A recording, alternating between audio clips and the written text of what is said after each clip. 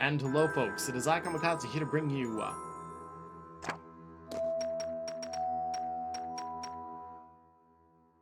Kamifuda. And some of you may know that I'm a card game fanatic. I like card games. I like RNG in general. So, this came about while I was just perusing Steam. This is a demo for a game called Kamifuda, which is a visual novel meets TCG or CCG. There's no TCGs online. They don't want you to do that.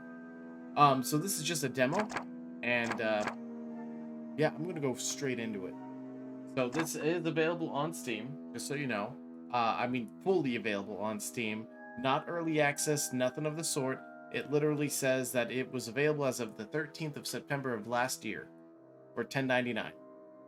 Just so you know in advance. And now I'm playing the demo. Let's go. Please select the game difficulty. Standard offers a balanced experience. Story makes duels easier for those who are more interested in the narrative. You can change it at any time. Oh, I always like that. When they make it so you can change the difficulty at any time, nor do I ever like to change the difficulty to easier, but sometimes it is better for the brain to play on an easier difficulty, or if it's too easy, to increase the challenge. Well, we're just going to go with standard because I prefer starting on the standard difficulty of anything, if possible, other than horror games. Have you heard, boy? They've given you a name. A willowy figure presses a silhouette against the darkness. My cell is cold and devoid, and I am told that I deserve worse.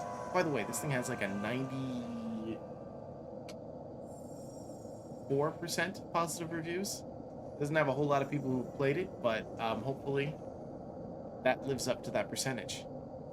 My cell is cold and devoid, and I'm the long death, so you're cold. It's a bit too on the nose for my taste. But then, it seems the pale host haven't dealt with something like you in quite a while. We can excuse them for being out of practice. The voice brings with a smidgen of light. Oh, brings with it a smidgen of light. Lamppost harboring touches of green shade flame. Who are you? Is my name Taro? Tarot? Oh, I like the sound. I'm going to turn that up. I usually don't turn up sound, but it was kind of quiet. Boot heels tap on the stone as at their approach. The sound echoes freely amongst rafters hidden high in the gloom. Well, hello, person who needs a shave. The shadow becomes flesh, pale, but lovely. He is the first color I've seen in weeks. The guards dare not venture here to save to bring me meals, and even then, they are forbidden to bring us the lights. Bring up the lights. The man taps a key ring against the wrought iron bars of my cell. I wince against its high-pitched. Weeks of silence have proved me fragile. I am, I suppose, something of a fool, come to prove my monkeyer. Moniker. My name is Professor James Yarum. I'm here to inform you that our illustrious masters have seen fit to grant you a stay of execution. Pause. I brush my fingertips against the slight divots in the wall at my back. 29. A carving for each day. Yay, visual novel. I haven't played a visual novel since... What was it? Wasn't Danganronpa. It was,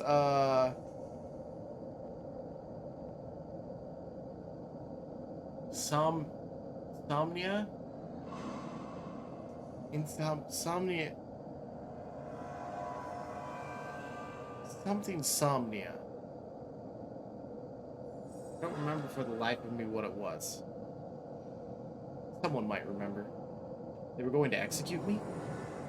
Living is nice and all, but do you have any news on when I'll be allowed to bathe? I think there's supposed to be an E on there. Allowed a bath. Allowed a bath, not to bath. I can't read. Well, aren't we, Cavalier? Commendable in spite, but I advise a somber demeanor. lest you want prying eyes and ears to change their ruling on the sincerity of your regret. Yarm leans in. Look more like I leaned in. Hey, buddy. How you doing? Yarm leans in. He presses his face against the bars, even though for some reason he's on this side the entire time. I could have just had him like sitting on the outskirts there, speaking in whispers as a jar of fireflies chained to his belt illuminate his cheeks in a phantasmal jade. Tell me something. Do you think people are deserving of second chances? Some people. My ex-wife? No. But she got like 60 chances and still screwed me over. But we're not getting into that. Depending on the person, I guess. A cautious answer. Good. Prudence serves those brought into the fold well, and it is so sadly a rare find. We pact sworn were born of our own mistakes after all. Second chances are a rite of passage. Does this mean you're letting me go? Conceivably, with a few conditions. How does that sound, hmm? A little conditional freedom? I pull myself up from my makeshift hovel of blankets and bowls of dried gruel. My skin feels slick, grease-laden. Ew. It was some days ago I stopped noticing my own odor, but it's easy to spot Yarm's discomfort as I approach. Better than conditional imprisonment, I guess. Good, good. Then answer me some questions, and remember, the fireflies we know will know if you lie. He taps a little jar in his waist for good measure. You say you don't remember anything from the loop, that is. I don't, it's mostly a fog. Or I remember some bits and pieces. Since I know nothing, I'm gonna go with... Professor Yarm glances at the fireflies. The little lights dance serenely, like shooting stars in a glass cage. Moving on. Your packmaster, has it spoken to you? I cross my arms. My skin is goose-fleshed and heavy on the feeling of hollow bones. No. I mean, maybe? I'm not sure, to be honest. You would know if one of the Eldritch had spoken to you. They're not, subtle. Subtle. Is it subtle or subtle? Is the B silent? Is that a silent B? Subtle? If this is Eldritch, does this mean it's, Lovecraftian kind of thing? Whoops. I didn't mean to click the log. Can I get back? There we go. The professor's gaze drifts. Up close, he looked tired to the point of teetering, and comfortable as such. What is it like? I mean, will it drive you to insanity? Possibly. Will it fill you with perpetual dread? Conceivably. Will you endure nonetheless? We shall see. Your little town, you've been informed of its fate. I avert my eyes. Cobblestone, I find, is much easier to face than contrition. My father told me once that there's little worse than a failure. I had a lot of time to think on his words these last few weeks. Nothing but time, in fact. And while I'm not sure I entirely disagree, I don't think he was completely right either. What's worse than a failure? A monster. And a monster doesn't regret. Yes, I understand what I've done. The professor grips the bars with both hands. His fists clamp tight, whitening his knuckles to the shade of a specter. Nothing we do in this life can be taken back, Taro. I know. Yarum nods. I believe you. There's a soft jingle, the clank of tumblers and rust-worn screech. He holds open my cell door with an air of finality. The threadbare man turns his heel and approaches the far wall. He presses his index finger to the stone, whistling as he works. A low thrum pulses in my gut. A watch as a fluorescent trail of violet inks in mimicry of an arc pattern. Arch pattern? Arc? Arch? I think arch, because it's probably making a door, which Yarm draws in the dark. Fresh air floods the chamber as the archway fills with crackling hues of fuchsia and amethyst. I bury a shiver. It is a force like lightning, like a sun, and it calls my heart to rise in my chest, and my gut to churn, fearful. Well, come on then. This place reeks, you know. Where are we going? Like I said, kid, you're a pack sworn now. Mistakes are in our DNA. Our dinner. So is living with it. Now, are you coming with me, or do you prefer the company of your own film? That was a lot in that one room. I'm still waiting for the card game aspect, but this storyline's kind of got me here. At least a little bit. Walk through an open door, bare feet on the damp recesses of a stone box that I assumed until minutes ago would serve me as a justly grave. The portal is fulgent and strobing, alive. Like a bonfire under moonlight, it pulls at my gut. Waking an anchor that has slumbered here in the dark. 12 more analogies are to follow, and it is restless. The professor rests his hands on my shoulder. He guides me to the edge of the portal and leans in, that his breath tickles my ear.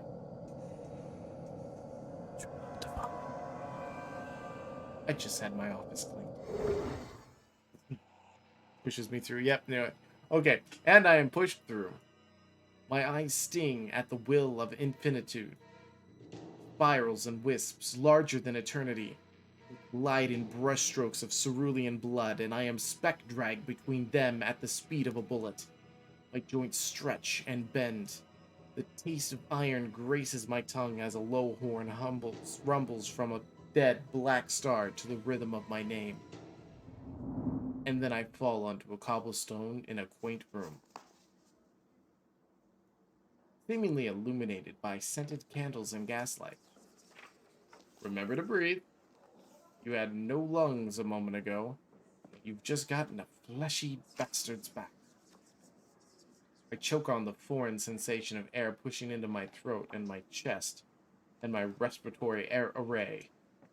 My heart is pounding, swinging, screeching for an escape. Blue stars shimmer in my peripherals.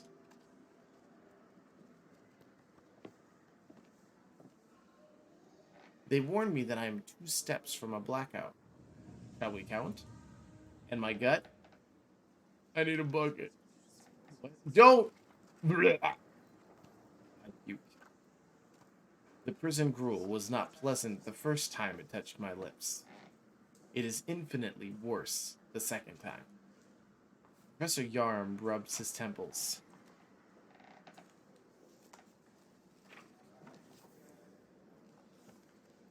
He mutters some indiscernible mantra under his breath. Sorry, just take a seat over there. There's a trash bin by my desk. The room is bright after weeks in my cell, but I get the sense it is far from daylight. Blue and purple hues mix like paint pour outside a Gothic-shaped window. The sky in portrait of twilight and unhindered by a horizon. Small jars of fireflies, similar to the specimens on Yarm's belt, float about the room. He pushes one aside carelessly on the journey to his desk.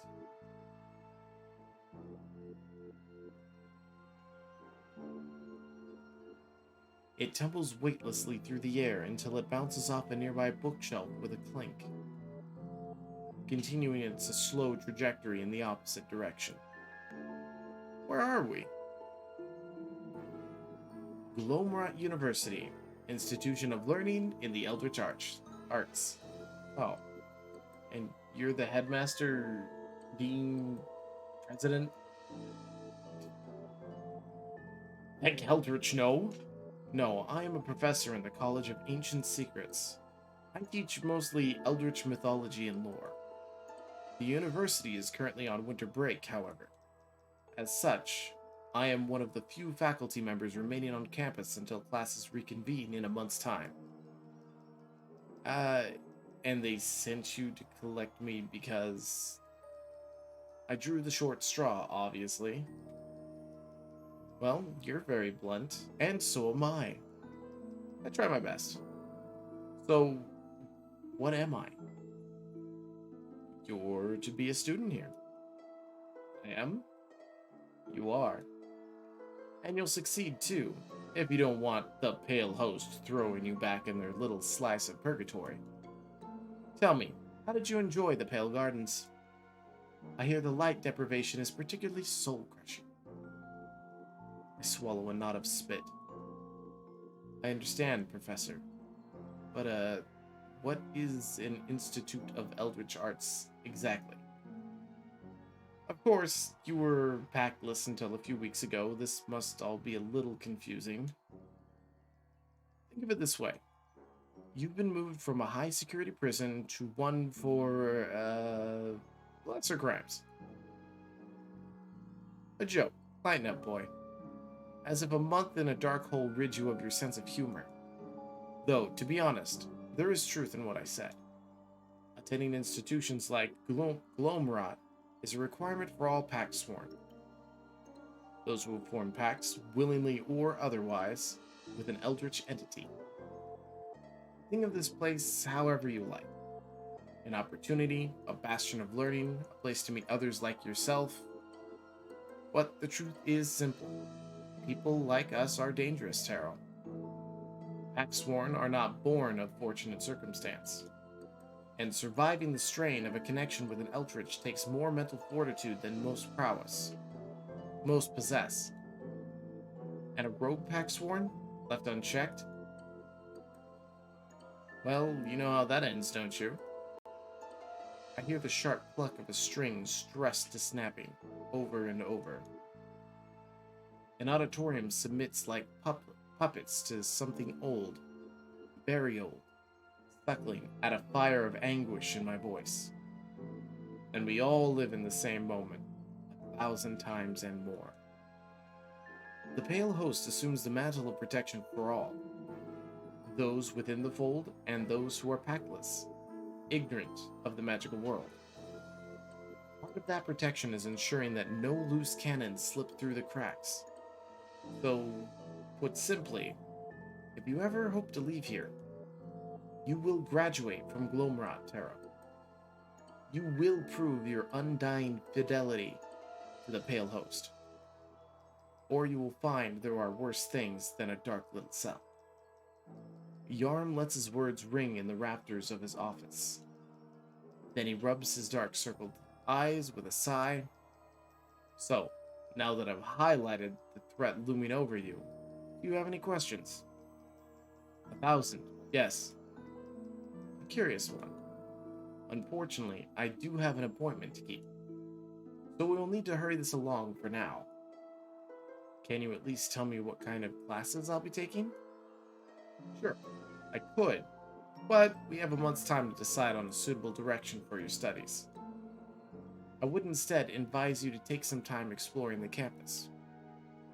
Perhaps something will draw your interest. Like card game? Because I've been playing this for 20 minutes now and there's still no card game. In the meantime, university policy dictates that new students must participate in a school club. Let's go play Yu-Gi-Oh! Right, someone Exodia! Most clubs are currently on hiatus as the majority of student bodies have returned home for winter break. However, there is still one functioning at nearly 100% capacity. Only one? Is there a reason they're all still here on campus? They're the losers. There's a pregnant pause. After a moment, Yarm breaks the tension with a nervous chuckle. I think you'll fit in with the club members well. Did he just dodge my question? Because I'm smelly? It is called the Kamifuda Club. Kamifuda? Yes, an old rite. One that holds great significance in the annals of Pact Sworn history. What kind of right, exactly. Kamifuda is an eldritch dueling system, a relic from a time when decorum was valued more than simply incinerating your opponents in balls of primal flame. Put simply, think of the Kamifuda Club as a mock battle with another eldritch practitioner. It is performed via the medium of eldritch cards. Can we say eldritch some more? I like to say eldritch. The cards themselves hold echoes of power, and in some rare cases, echoes of the person or thing that created them. As fun as getting slammed in the face with a ball of lightning does, I don't really know anything about casting spells. I wouldn't worry. There is a high skill ceiling to Kamifuda, but the barrier for entry is thankfully low. Eldritch formula need not to be known or generated for use in the duel. In this case, you'll be drawing eldritch energy from the cards. The heart of the cards! The energy then performs as the card's templated formula dictates. Of course, how well you utilize that power, however, is still up to you. I rub my eyes with both hands. When I'm done, for better or worse, I find that I'm either in an exceptionally convincing dream, or reality somehow mixed with delusion. Isn't that dangerous, students indiscriminately throwing magic at one another? Card attack! I cast magic missile. Oh yes, incredibly. Incredibly dangerous. Now, let's get you a deck. It's gonna be a big, thick deck. I'm going to die in this place. Professor Yarm opens one of his desk drawers. He pulls out a small, ornate case. It is framed with silver and etched with a purple script that I cannot understand.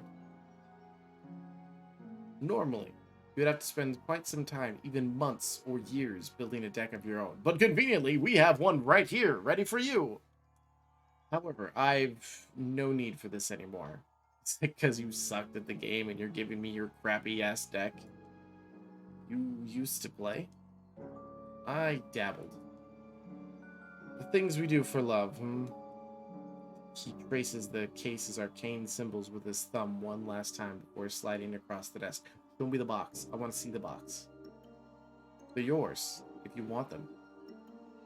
I don't suppose they come with an instruction manual. They do not. But what do you say? How about a practice duel? Sure. As long as you don't set me on fire. I think I'll take my chances. Oh, right, card game time. But if he gives me his deck, how is he gonna...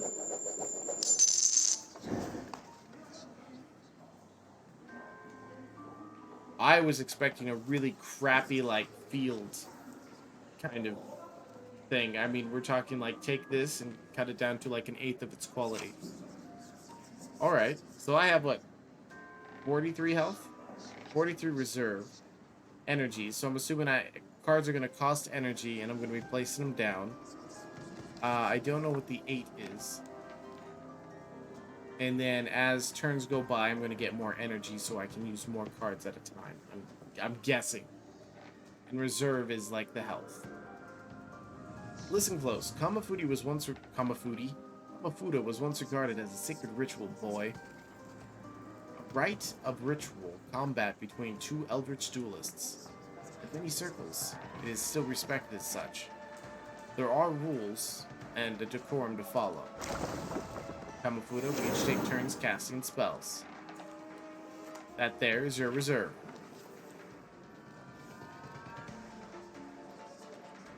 So I get 3 energy, and it takes the energy from my life pool? Reserve. A reserve is a conflux of your eldritch energies, Taro, focused by the ritual of Kamifuda itself. It functions both as fuel for your spells and your lifeline. If your reserve reaches 0, you lose. Simple as that. Your objective is to exhaust your opponent's reserve. Oh, that's a cute little card. These are all cool little looking cards. Simple yet effective. That's the benefit of you know, digital card games is you can have like the artwork look great and then have a description instead of having to have a description on the card. But I prefer the feeling of actually holding cards. Um, Even though I don't play anymore, I still, if I get my hands on it, I get myself uh, the cards. Like there was that whole McDonald's thing going on. I know you guys really don't care, but let's see. Did this one have it? Oh, this one didn't have it. My first pack from McDonald's had the card that everyone wanted in it. I try and keep them as good condition as I can. I only got two because, well, unfortunately, they stopped making them like shortly afterward. So, there we go. I got my little holographic Pikachu from McDonald's. What I'm gonna do with it, I don't know. Probably gonna gather dust for quite a while. Mainly because I have no one to play Pokemon with, and I don't even have enough cards to play a deck of Pokemans. But that's neither here nor there. Here, I'm guessing I get to play cards. Gain 2 reserve. So that's like healing. Gain catalyze 10. The next sorcerer you cast will have 10 power. Plus 10 power. Channel 1 energy. Draw 1 spell. So 1...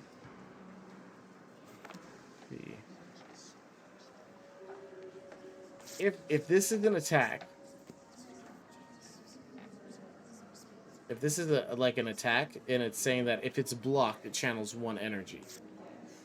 And when I cast the magic missiles, it says 8 damage. What I want to do is I want to play that card. And I understand. Oh, you're just making... I thought it was actually going to let me just guess and do my own thing, and I was going to do it. I was going to play this card, because this one looks like the next one will have plus 10 power, which means then I cast Magic Missile, which will do 8 damage, and then I can turn around and cast this for 4, which would be a total of 22 damage out of his 26 life, which would leave him with 1 HP when he got his reserve of 3. At least that's how my brain is, like, thinking about it, and apparently that was my deck of 8 cards, which seems a little odd. We use this energy to cast spells, which we draw from our memory each round. Memory. The deck. A round of Kamifuda is played in priorities. While you have priority, you can cast spells. When you spend any amount of energy, you automatically pass priority to your opponent. So, 1 card per turn.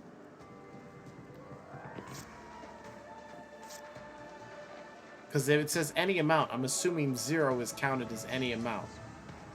The round ends when both of us have ended our priorities, willing or due to being unable to cast anything more. Interesting. So I want to cast that. That's a ritual. Yes, I'm aware. I read the card. Rituals are placed on the back row and have no immediate effect. A blood cost is demanded for a ritual to resolve. Whenever your opponent takes damage, that cost is paid accordingly. At the start of your next round, after we channel our energies, all paid for rituals resolve. Okay, well this one hasn't been paid. He's casting Magic Missile on me. Do what, 8 damage? Or is that 1 damage? That's what I don't understand, is I don't know what those two mean. That must be 8 damage. Okay, and then my turn. And then apparently you draw a card still during it. So the next one I cast... The next sorcery I cast, making sure it wasn't just any sorcery. I'll place you over there. Then you get your turn. Sorceries are placed in the front row. I noticed. So there's no monsters, it looks like. Which a game without monsters is different. Which is kind of cool, actually. the end of the round, any standing sorceries deal damage directly to their opponent, destroying any enemy rituals in their way.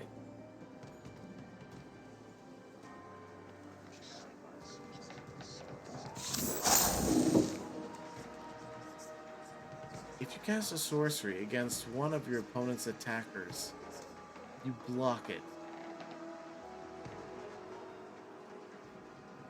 Should your sorcery win the fight, it becomes an attacking sorcery itself.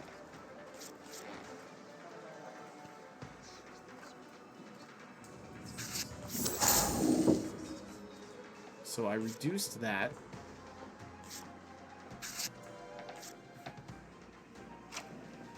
Should your sorcery win the fight, it becomes the attacking sorcery. When it loses, but when it blocked, I gained 1 energy, right? I channel 1. I thought if it was blocked, it is blocked. Channel 1 energy. So I should have been able to channel an energy.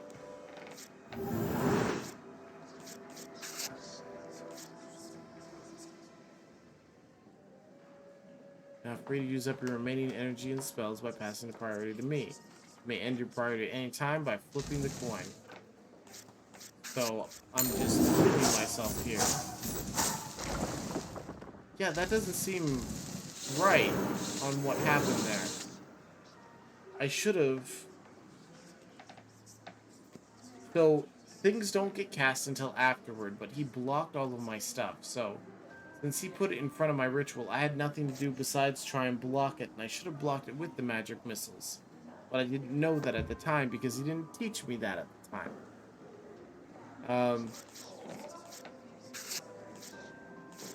What was that? That's an instant. Instants evoke the effect and disintegrate immediately. When both of our priorities have ended, the round ends. At this point, sorceries will attack your opponent, destroying any enemy rituals in their lane. Okay, so now I have priority, and what I want to do is I want to defend against him.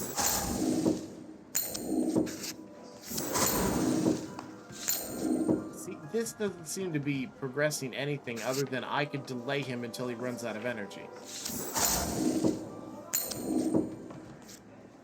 How did you get 4 energy?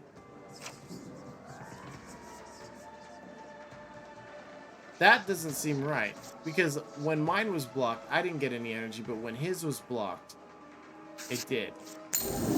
So I'll just do that, I guess. I'm only getting the hang of it slightly because you played this in such a dumb manner. You seem to be getting the hang of it. Yeah, unfortunately.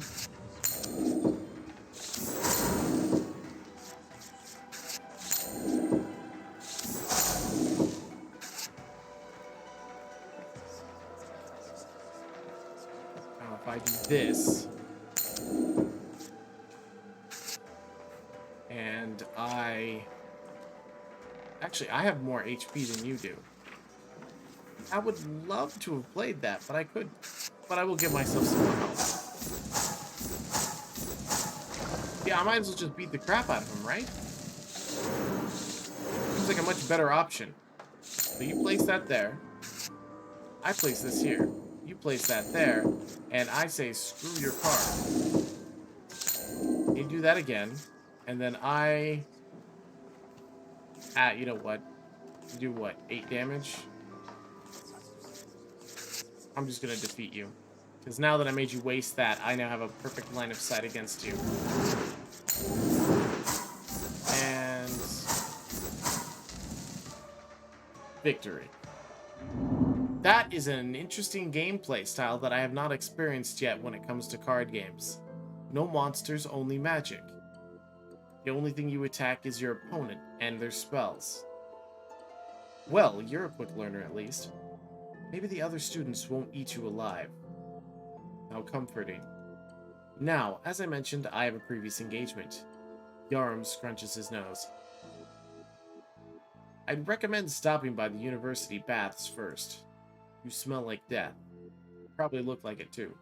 Oh, and be sure to get yourself a uniform from the campus seamstress. I wouldn't mention her extra arms. She's a bit touchy about the subject. Good to know. I will mention her arms. Report to the Kamifuda club room afterward. Are you going to give me directions, or... Garm clicks his tongue, making no effort to disguise his annoyance. No points for hospitality. He begrudgingly grabs a jar of fireflies hovering just above his head. He waves his hand over them in a two-toned whisper. If you get lost, ask these buggers. They'll glow brighter when heading in the direction of the place you desire. Now, kindly get out. A gust of wind knocked me out of his open office door and onto my ass. Ah, it said ass! The entrance slammed shut just as quickly. The journey to the baths was long, winding, and more of a bit suspect at the direction of the fireflies. But, if nothing else, I did finally get my bath. Well, at least I'm clean now, and appropriately dressed. I didn't get to see the seamstress? I adjust the jacket of Gloomrot's something. I accidentally clicked. A bit too loose, but certainly better than some prison rags. Professor Yarum mentioned I should head to the Kamifuda club room. But maybe it would be better if I explore the campus first. Where to? Ooh. So there's a residence up here, which... This is an optional encounter. The sand clock icon denotes that it will disappear when the current story chapter is completed. So optional things, at least it lets you know, like, do this or you'll miss out. So let's do it.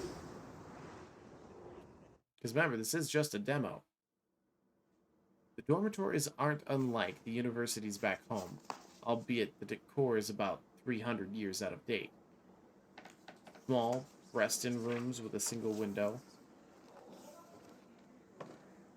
Barely enough room to stretch your wingspan from wall to wall, let alone fit a bed and a nightstand. Some larger variations seem to have separate corner for writing desk. A useful thing if you're so inclined.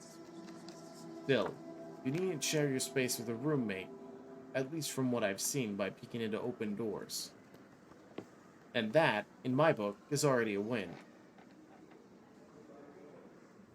For the second time today, I noticed what looks like a plant life bursting through parts of Glomrot's stone foundations. Here in the West Wing dorms, the growth is clearly some sort of root or branch system. Tough, reedy bark pierces through the lower level and continues up the floors above. A strange mass cordons off a 10-foot wide section of the corridor.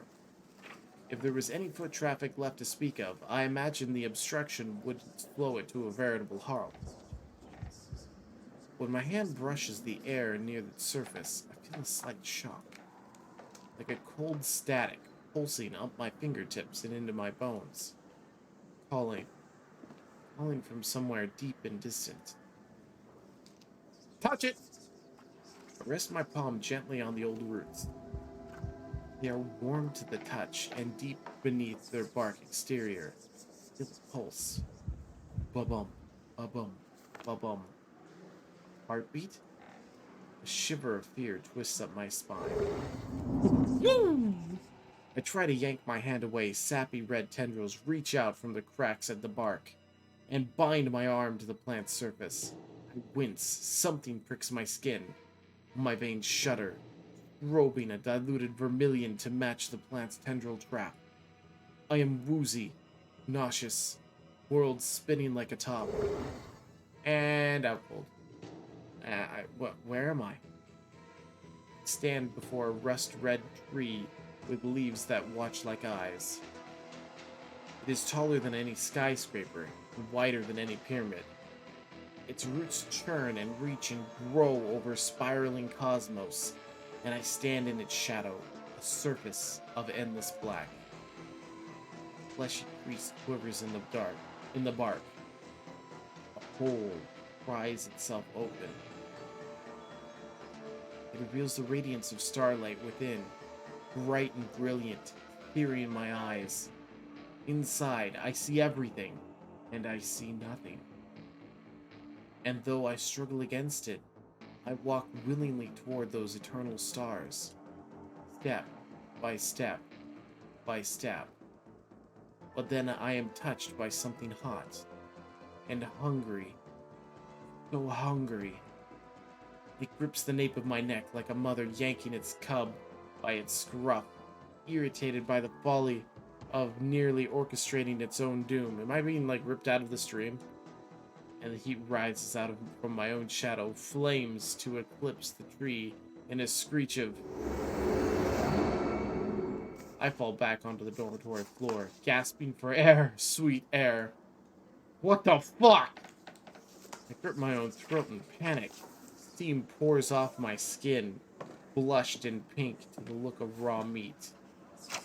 Something shuffles behind me. Is that a Yu-Gi-Oh character? Kaiba, is that you? It sleeps at great remove from here and us. Wait. It sleeps at great remove from here and us. It only wanted you closer. But you are anchored. And that wanted you more. So much more. I nearly jumped out of my skin. A voice startles me so. Over my shoulder, a poor postured boy lurks in the corner. He watches me with vacant interest. What the fuck is that thing? Roots of an echo. The corpse seeks to touch divinity. Feed until fed, gluttoned to bursting. A god again, a corpse again. I speak in riddles and tongues. I crawl away from the whispering boy, careful not to touch the hellish plant. Pull myself to my feet. My chest is on fucking fire. Wow, it's really going with the F-bombs now, isn't it? It feels like it's about to burst. I think that thing nearly killed me. It should have. What the fuck is it doing here in the hallway then? Starving. I risk a glance at the tree one more time, and then the strange boy. What in the world have I gotten myself into? This place is utter insanity. But the alternative is worse, and so I quickly turn back to the direction I came from and try my best to forget. Oh, at least I talked to that guy. And I guess that was the only other option, so to the club room! I was like, running down the hall. Fireflies guide my way through the dimly lit corridors. The time is early afternoon, yet Gloamrot is shaded in blue hues of moonlight. Even in the dark confinement of the Pale Gardens, I seldom missed our cramped little apartment back home, nor the sounds of the interstate. Violent shooshes as cars pass of hoarse rage-induced horns. Apparently, I was wrong. Perhaps, after all this time, I'm simply homesick. Either way, I feel an emptiness here. Like a stalwart void demanding I hollow alongside it. I push on toward the club room despite myself. Too many hallways here cast shadows blacker than the cell I was in just hours ago. And when I stop, I hold my breath. I swear there's chattering in the dark. Waiting between the drums of my heartbeat. Well, hello there. It's nearly half an hour before I spot another student. She stands outside a black door, hands folded into her skirt, moving her lips as if muttering, though no sound escapes. The fireflies strobe as I approach, and I spot the sign beside the door. Excuse me, are you a club member? What? Card! I got a card! The girl jumps a hair before stiffly turning to face me. He stares back blankly, quiet for 10 seconds, then 15, 20. Did I say something wrong? I'm looking for the Kamifuda club room. This is the place, right? Her mouth moves to the rhythm of a sentence, but if there is any sound, it's more akin to breathing squeaking. I'm watching an anime right now that has a girl that talks so quietly and can't be heard. My head sinks into a stone, like a stone in my gut. Oh man, are you deaf or mute? I'm so sorry. I nervously scratch my scalp. Only if I'd listened to my brother and taken sign language classes. But the girl shakes her head in reply. Oh, you're not? No, just soft spoken then. That's a yes, or Morse code. Something da da da da da da da da da da da da da da da da. Sorry, what? Ruway is still warranty. I lean in closer. You shouldn't say I'm sorry to someone as a response to learning they're disabled. Why not? It's a common response. It just comes out. It's not like it's intentionally trying to be bad about saying it. Because it's just like, well, I'm sorry that I assumed things were wrong. You're very rude. You might offend them. I'm gonna offend a lot of people in my life. Frankly, I don't give a damn. I flush beet red. At least when I was locked away, I couldn't make a complete ass of myself. Before I start saying I'm sorry for being a sorry, why don't we just start over? I'm Taro. Professor Yarm told me I'm supposed to be joining this club as a new member. The girl blinks once, then adjusts her glasses to sit properly on the bridge of her nose. Say again? I'm also a new member. What? Really? That's great. I mean, maybe we can commiserate with one another? I don't know about you, but this whole place has got my stomach in knots. Also, I'm not sure what it's usually like for new students coming in, but Professor Yarm was blatantly unhelpful. She pauses, deliberately this time. A glint of curiosity spouts in her eyes. You're a new student? Yeah. Is that weird? She nods. I'm only transferring from another club. New students don't typically start this late into the year. Uh, sure. I wasn't really given much of a choice in the matter, but of course they don't. Thanks for the heads up, Yarm. The door of the Kamifuda Club is left slightly ajar. I pointedly glance inside, anything to move the subject along. Inside, a tall blonde-haired boy sweeps a mound of dirt energetically into a dustpan. The faint murmurs of a muted song bleed through the clubroom's stone. He's humming quite a catchy tune. I get away from the door and turn back to the shy girl. Should we ask him then? He's gotta be a member. The girl peeks through the door, because that's how I peek through doors. He looks busy. What if we're interrupting him? From his all-important sweeping duties? Something tells me he'll welcome the distraction. He seems unconvinced.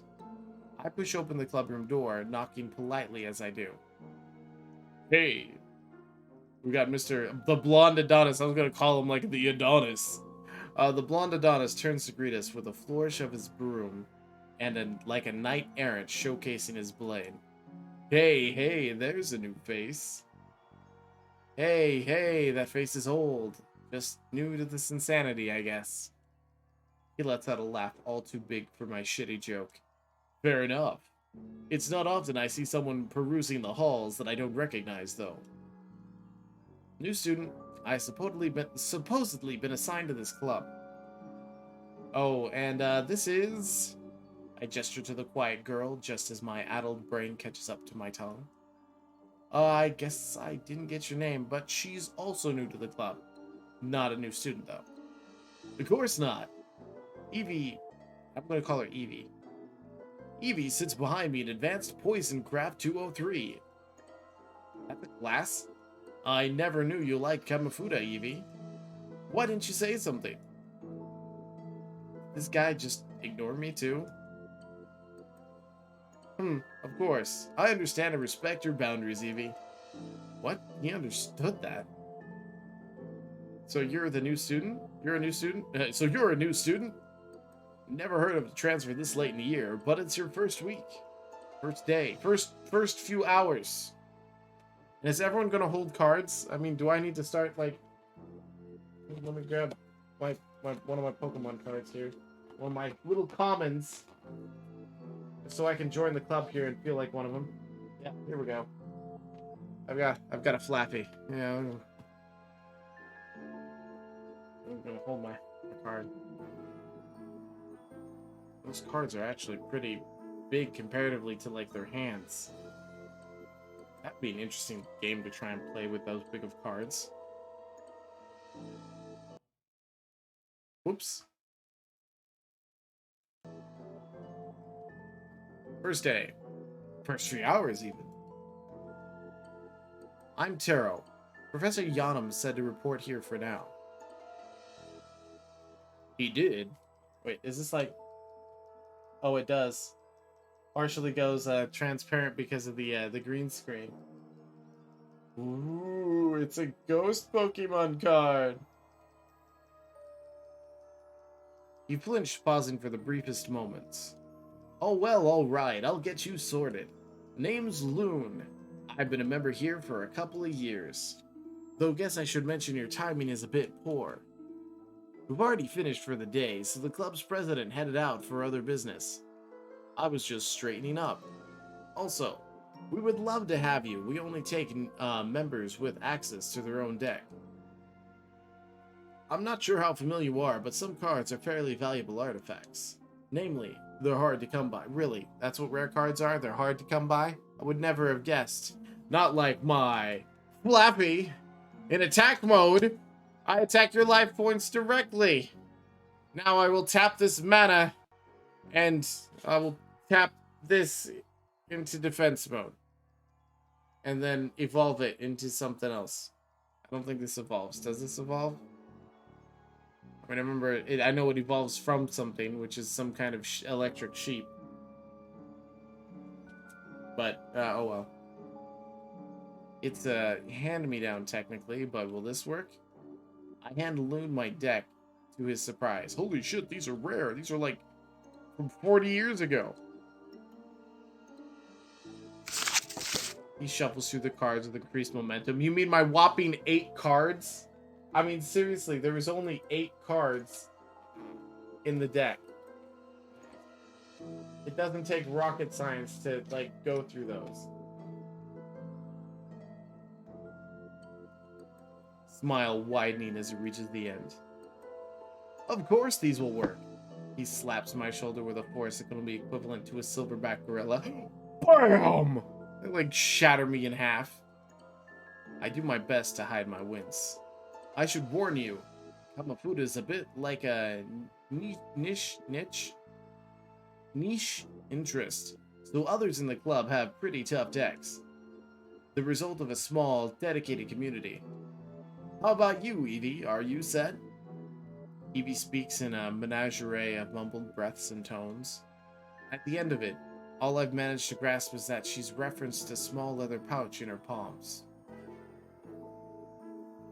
Really? I never knew that about you, Evie. Welcome to the club. Are they using some kind of telepathy I don't know about, or... Hey, I've got an idea. Loon hurries us into a large room adjacent to the entryway. I can't believe I've been playing this game for an hour. I thought this demo was going to be a little shorter. Unlike the main part of the club room, there are no bookshelves, tables, or even windows to feature the university's strange sky. We're going to, like, have dual things pop up or pull out dual discs. The floor is engraved with runic markings framed by boundary lines, not unlike a tennis court. Seen as formal introductions will have to wait, why don't we have a little fun? Let's see what a pair of you are capable of. Both of you being new and all, it should be a bit fair having your first match against each other. Without a word, Evie moves intently to the opposite end of the dueling court. I mean, if there was, like, schools that had stuff like this, that'd be kind of cool. Hey, Loon? I'm not going to be incinerated or anything in the process of losing this match, right? Another suspiciously large laugh. Shall we get started? Please. That's one on me. I shouldn't have expected anyone to answer my very reasonable questions. Go! Hey, what do you know? That looks like... That actually looks like a familiar anime, but I doubt it is. Holy crap balls! I have more than 8 cards. I have whoa, what? A legendary. Okay, let's go. Dot dot dot. I'm sorry, Evie. Could you repeat that? I couldn't quite hear you. Do our est. Do our est. Do our est. Put our cards right to the test. Gain 1 concentration. I'm gonna deal with this spell in your thoughts. Okay, so when it comes to spells and stuff, I need to know when to play them. Draw 1 spell. That costs 3.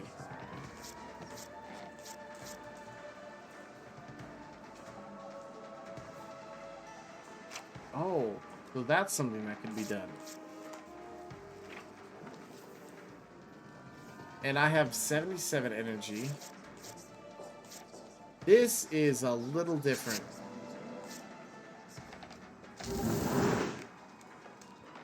Gain 2 shield. Oh, and we have 6 energy now.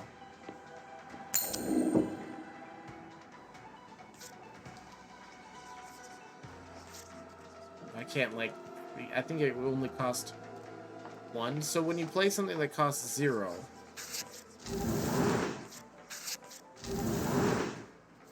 it does not use your turn, which is good. Then in this case, we are going to...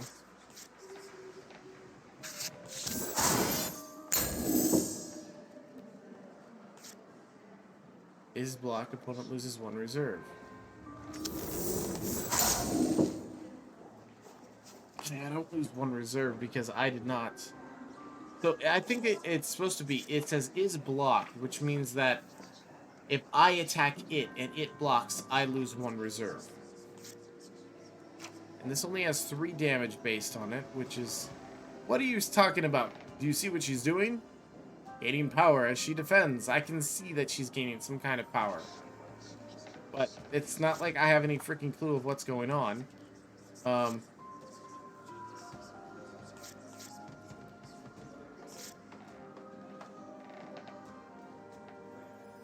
If I do... I'm curious. Awesome. Just give me a moment. So it like gains power. If this spell is casted against another spell, it will gain +6 power. That's fine. I'm more of a actually intentionally doing something here. I'm trying to utilize the cards from what I understand they do.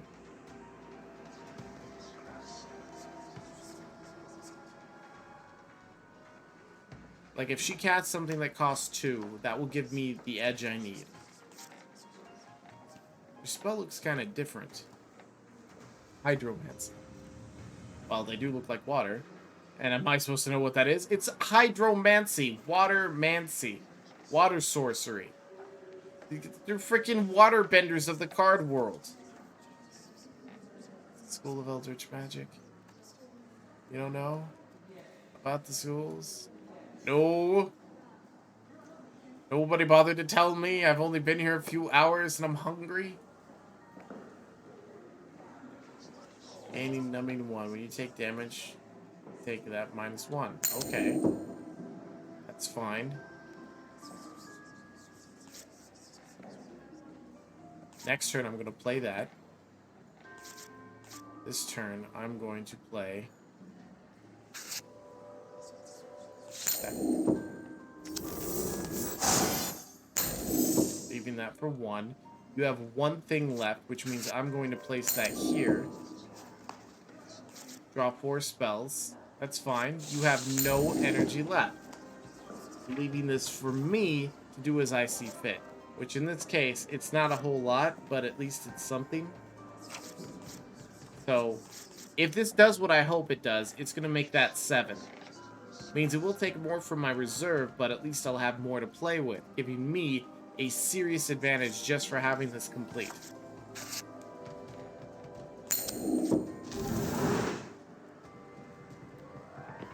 The spell would abandon you, put it in your resting spell. Cast, draw 1 spell, lose 1 reserve. You have no reserve left. How did you do that when you had no reserve left?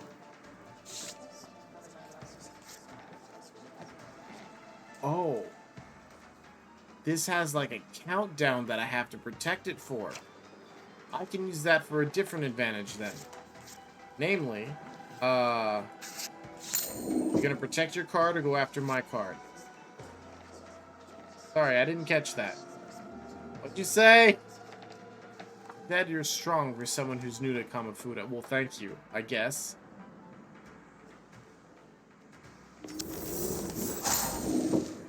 Yeah.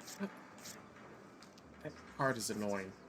Needed a wall, and I don't have a wall, but that's only 3.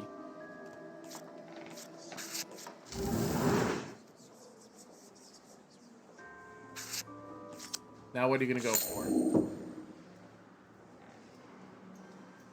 Oh, and I got a wall. Wait, did you just skip your turn? No, you didn't. Oh. What school of magic is that? Exomancy. Is it powerful? They all are. If used properly. As you... So apparently I'm not using it properly. Thank you. I do my best. Okay, now that I got a wall. Put that wall right there, please. No, what? Damn it. Okay, that is a ridiculous power right there. I don't want to do that. I still have turns left.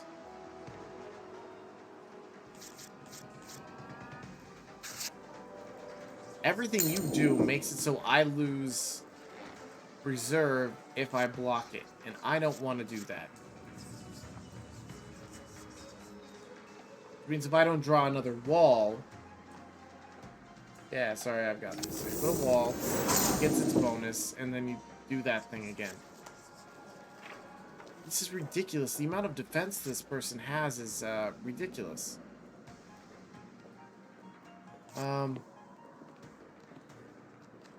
Blades channel 2 energy.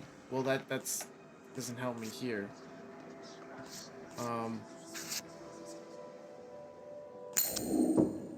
gonna put another one here?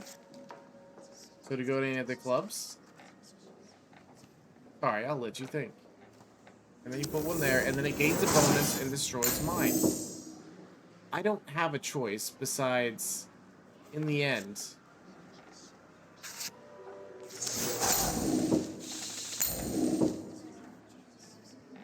No, I didn't lose one. What?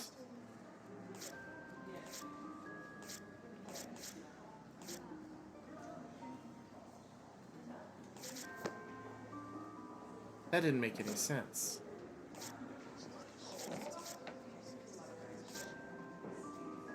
I don't have any attack cards anymore.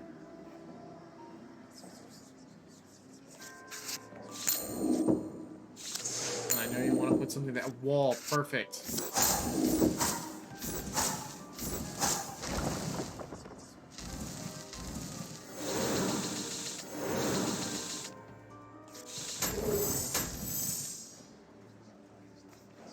Okay, so this is your next sorcery cast will have plus 10 power.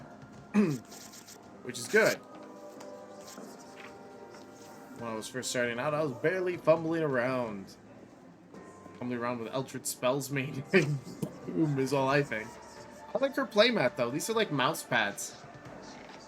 But I swear that looks like it's from some kind of anime. A lot of explosions mostly. Okay, doing that. I still want to protect that as best as I possibly can, which means I can use my warding wall.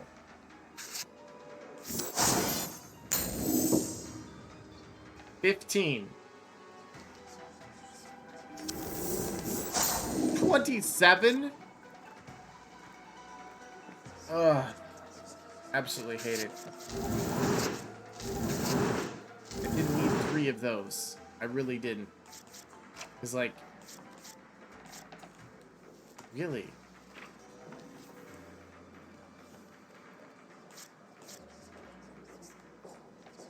That might be interesting to do. In this case, I'm going to... I have 2 turns still. You have... Wait! Is it she loses energy? Because she's down to 2.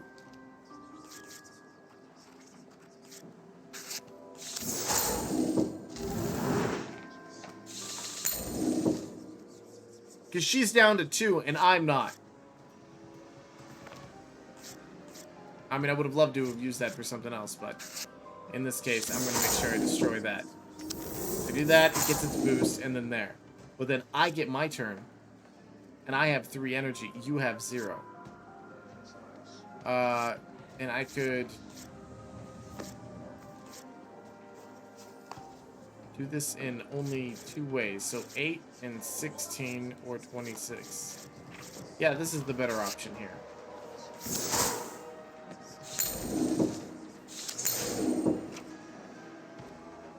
Priority ended. It's fine for 1 damage, because then I'll just heal that, and then this activates.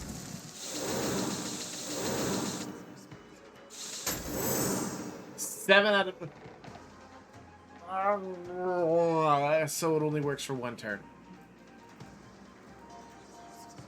Or it says per round. So it is permanent. So I managed to save that very well. In this case, we're going to do that. You and your spell specifically, I'm going to do that so that way you put out your wall, which doesn't get its bonus because I put out my card first. Then I can turn around and just blow it up. And then you do that, and I just turn around and blow it up. Gains... What? What?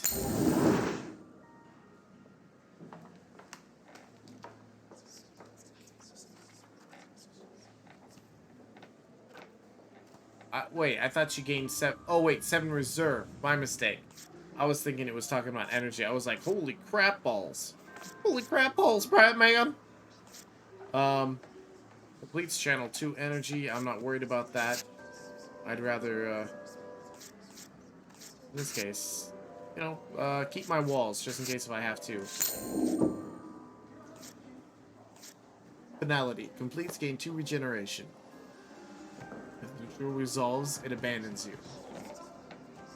Okay, so if they successfully do that one, regenerate 2 reserve at the start of each round. That's fine. Your regenerating isn't going to be that big of a problem, at least hopefully.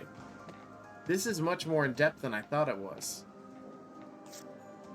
Also means I'm going to just slap something down in front of it. Now you're going to protect it, right? Or can you not protect it?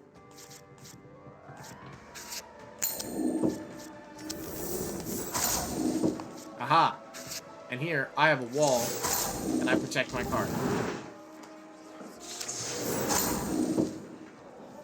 Priority ended. My turn, which then, I guess...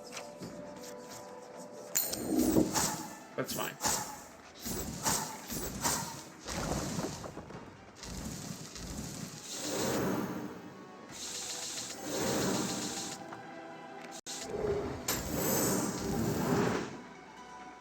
And you place that down, which... In terms of that... Yeah, 5 out of 7. You know what? I'm going to start myself off with the wall. Because as long as I save it for now, and that does that, figured he'd do some weird thing like that. Opponent is blocked. Opponent loses to reserve. Reserve. Losing to reserve is not the end of the world for me. And I think in this case, I'm going to want to blast the crap out of it eventually. I'll get rid of that for now. I'm not that worried about blowing that up yet. Because nothing completes until afterward. Gain numbing. When you take damage... Okay. So... I don't want that to complete. And you ran out of energy again because you cast ridiculous stuff. Which is fine. That just means I'm going to... No, I don't want to do that yet.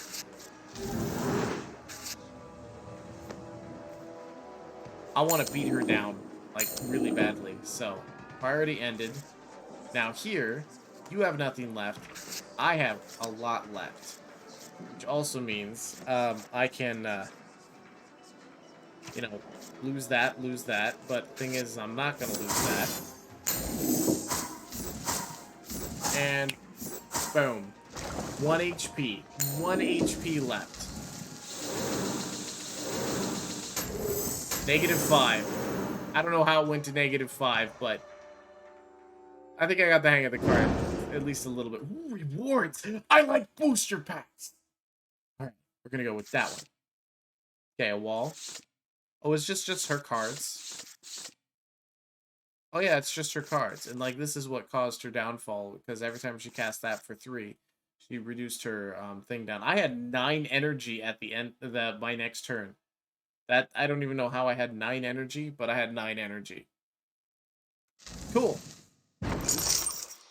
And 45 red dookies. Is that just getting larger as I stare at it? No, never mind, it stopped. I don't know what the 45 thorns are. Ooh, and the playmat that she was. I'm just grabbing all of her stuff and sticking it into my pockets, and she's like, "What are you doing?" I'm like, "Don't I get rewards for beating you?" And then I set it on fire.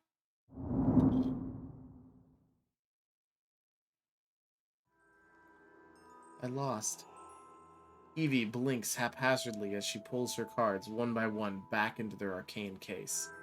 Blue wisps churn in the air as embers settle to rest upon the club-ruined sable stone. There is a heat in the air, separate from ghosts of conjured flames. I shuffled my cards back into Yaram's case quickly, but the heat grows like a fever. There, beneath my skin, there's a sun. It lingers, sleeping. It wakes, hungry. It eats. It lives again. Well done, Taro. You fight with a lot of foresight. How would you know? You're an NPC. Her soft croon-like voice shakes me from my stupor. Probably just beginner's luck. You were tough, Evie. Kind of. I also beat the shit out of myself by letting her beat on me, but that just allowed me to kick her butt, placing my card somewhere else. A hand finds my shoulder. He's not kidding, new blood. You were one of the... Those were some good moves on your end.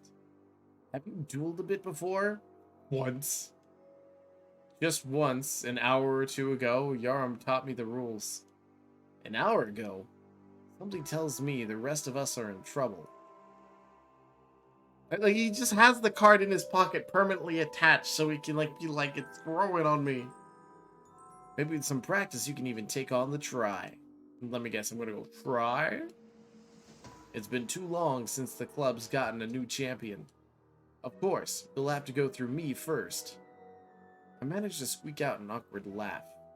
Loon is a bit too chummy for my taste, but if nothing else, he's the most helpful person I've met here so far. With my deck secured, I take a good look around the club room itself for the first time. Rows of windows let what dwindling light of Glumrock seems to accommodate. The walls here are a classic kind of masonry, and from the pile of texts left on the tables nearby, I get the sense that Eldritch studies haven't advanced much in the last few hundred years. Before either Loon or I notice, Evie is already taken to a row of bookshelves against the eastern wall. She pulls a dark blue tome from the middle shelf and opens it to a page with ink brimming in glitters of lilac and gold. So what now? Now you buy the game because the tutorial's over. Well, you should probably come back tomorrow morning and meet Brent. He is the club president. I'm sure he'll have some fun planned for you, assuming he knows you're coming. I wouldn't bet on Yaram having clued him in on that. Fair point. I'll let him know when I see him later. As for you, have you been set up in a dorm room yet? No, actually. Figured this time of year, basically no one's on campus. Whole administration stalls to a halt, you know? But I'm one of the RAs for the Rest Ring dormitories. I can get you set up with an empty room if you want to head over there. Loon waves farewell to Evie on her way out. She mumbles something in return, eyes alight from her newfound book. I ask him whether he's actually understands her on the walk to the dorms. Frustratingly, he shrugs. We're around the same hallway I visited earlier in the day. An ease tickles the nape of my neck. An unease, through Loon's presence, surprisingly alleviates the worst of it.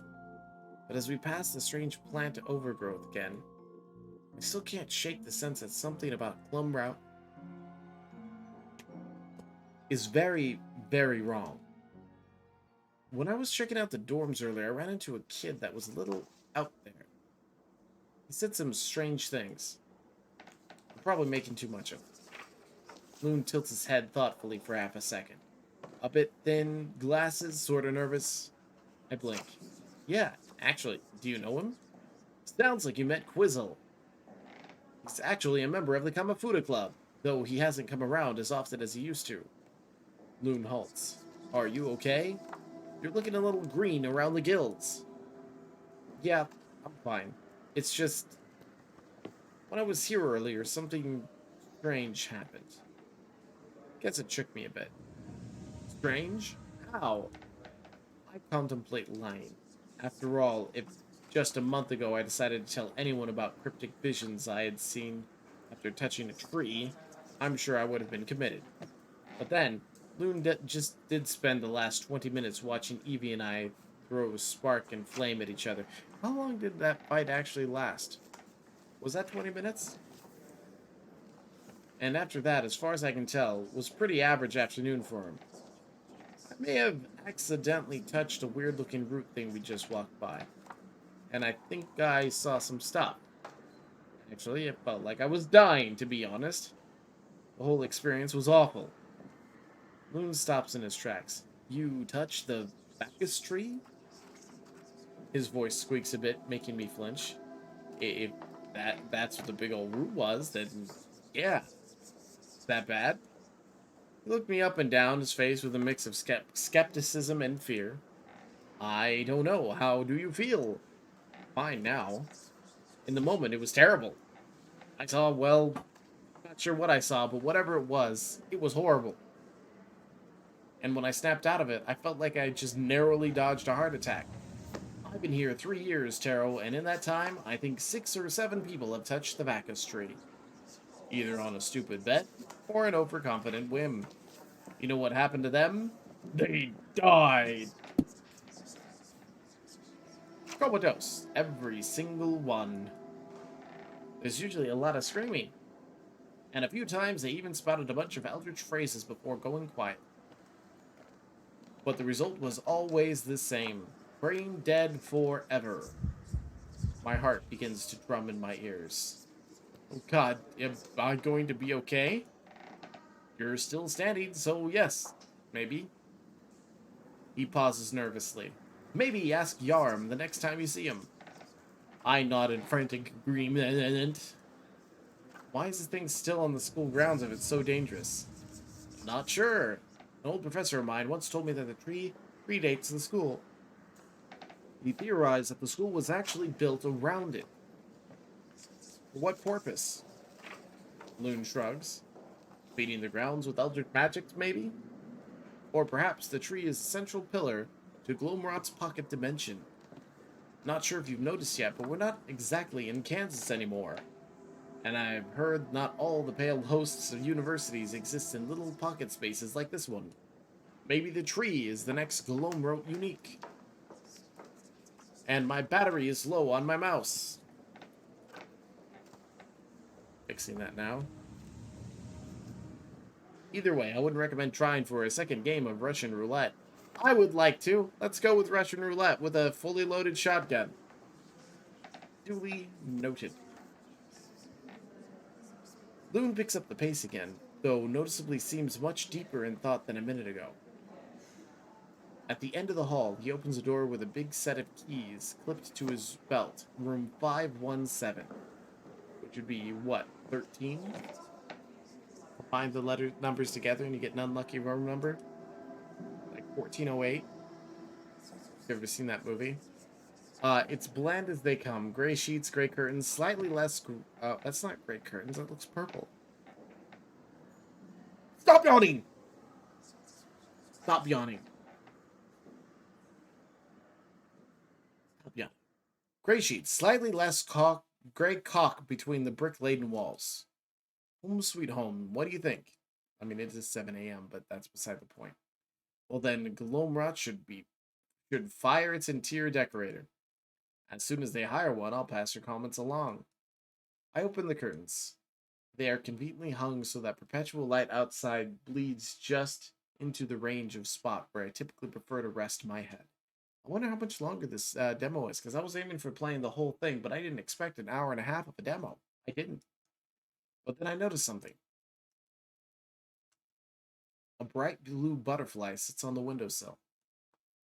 It opens and closes its wingspan slowly, rhythmically. Not a care in the world. And when a breeze lifts a creature out and away, it glides without a fight. It's perfect. Thank you. Sure thing, man. I'm tired of saying his voice like this because he is annoying. Well, the voice I'm giving him is. And hey, if you ever need to, I don't know, talk about comatose stuff, let me know. I raise a brown reply. It's just your sudden transfer, and then you tell me somehow survived the Eldritch plant with a 100% KO rate? Well, it's not 100% anymore. Well...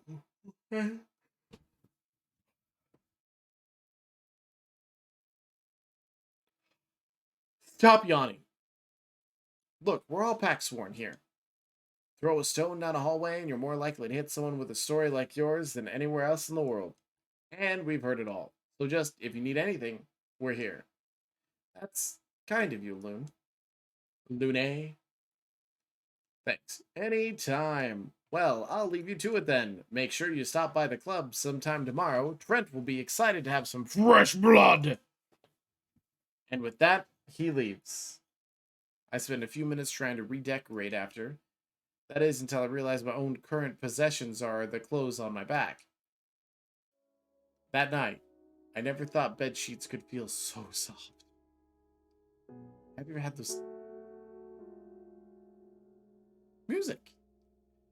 In the summers back home, sweat-soaked cotton was apt to stick to my back as I tossed and turned in the bedroom that might as well have been a veritable broiler. Money was always hard to come by, and if we were a month behind on rent, Dad figured us for being ahead of the game.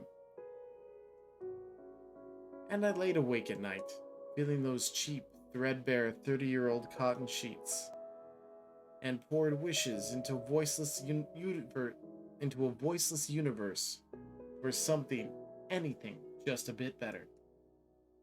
Now, here in Gloomrot, comfort feels wrong. The night is cool, the blankets are heavy and soft and thick.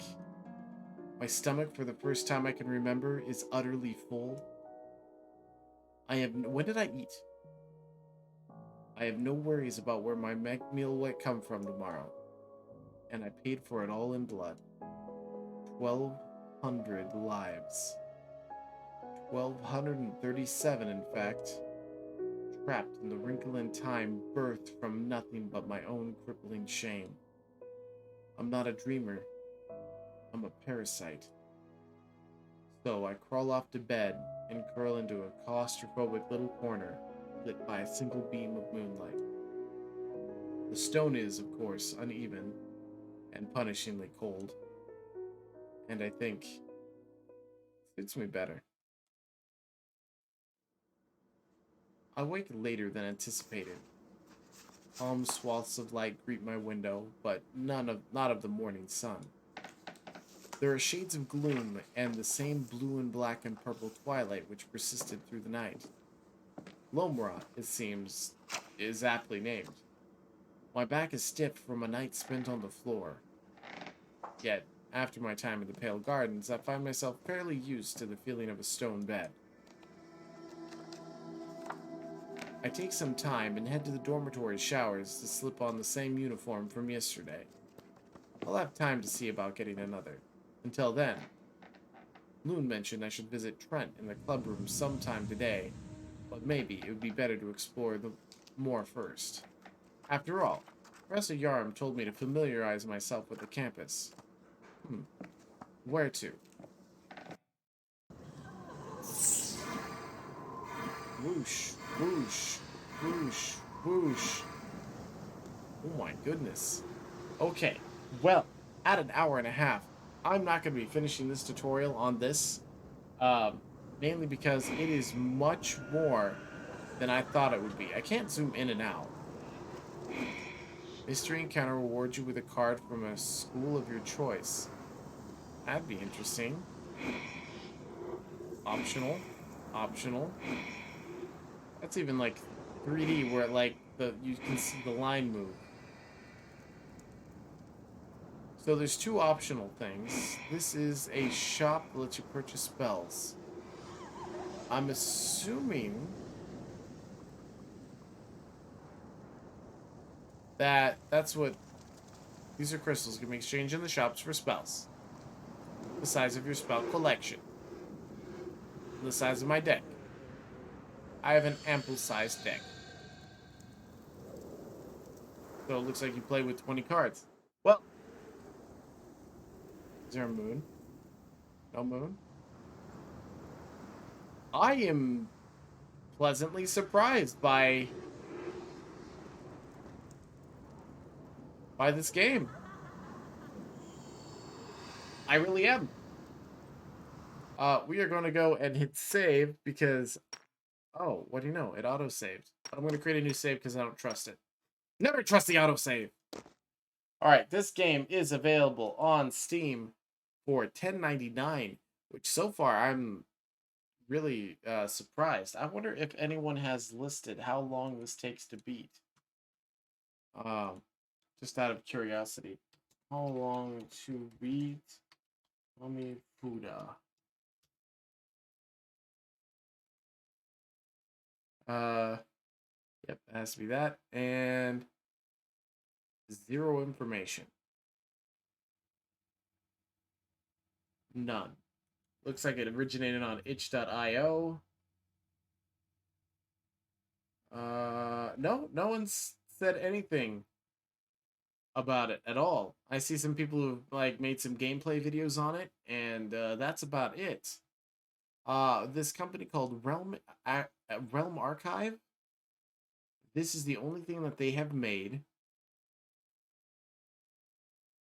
It looks like they like update history. I'm just trying to see how active this is. And they released it in September, have an update in October, an update in November. The game, from what I can tell, is fully released. And they have New Game Plus mode. Fixed potential hard lock. They look like they're fixing some stuff on it, but it's like it's done. No DLC, nothing else, which I'm fine with. It's really rare to find a game that's like completely done and released at the point. Instead of doing all these like quit yawning. like half-assed releases. I liked the gameplay um for like the for the cards for the card game. I really liked that. That was like a change of pace instead of always monsters with attack and defenses. That everything essentially, if it was a spell or if it was an attack or an enchantment, or I don't even remember what they were called, but that was definitely a new type of experience, and I'm really interested in the game. I'm probably going to finish off the tutorial, but I may or may not start playing the actual game depending on if I can get my hands on a copy. Uh, but by all means, I'd recommend trying out the demo for yourself because it is free and it's on Steam. And if you do like the game, it's 10.99. I thank you all for watching. If you enjoyed this, please remember the like button, subscribe if you want to see more. Other than that, I will catch you all in the next video I end up doing. So, I mean, toodles. Creepy.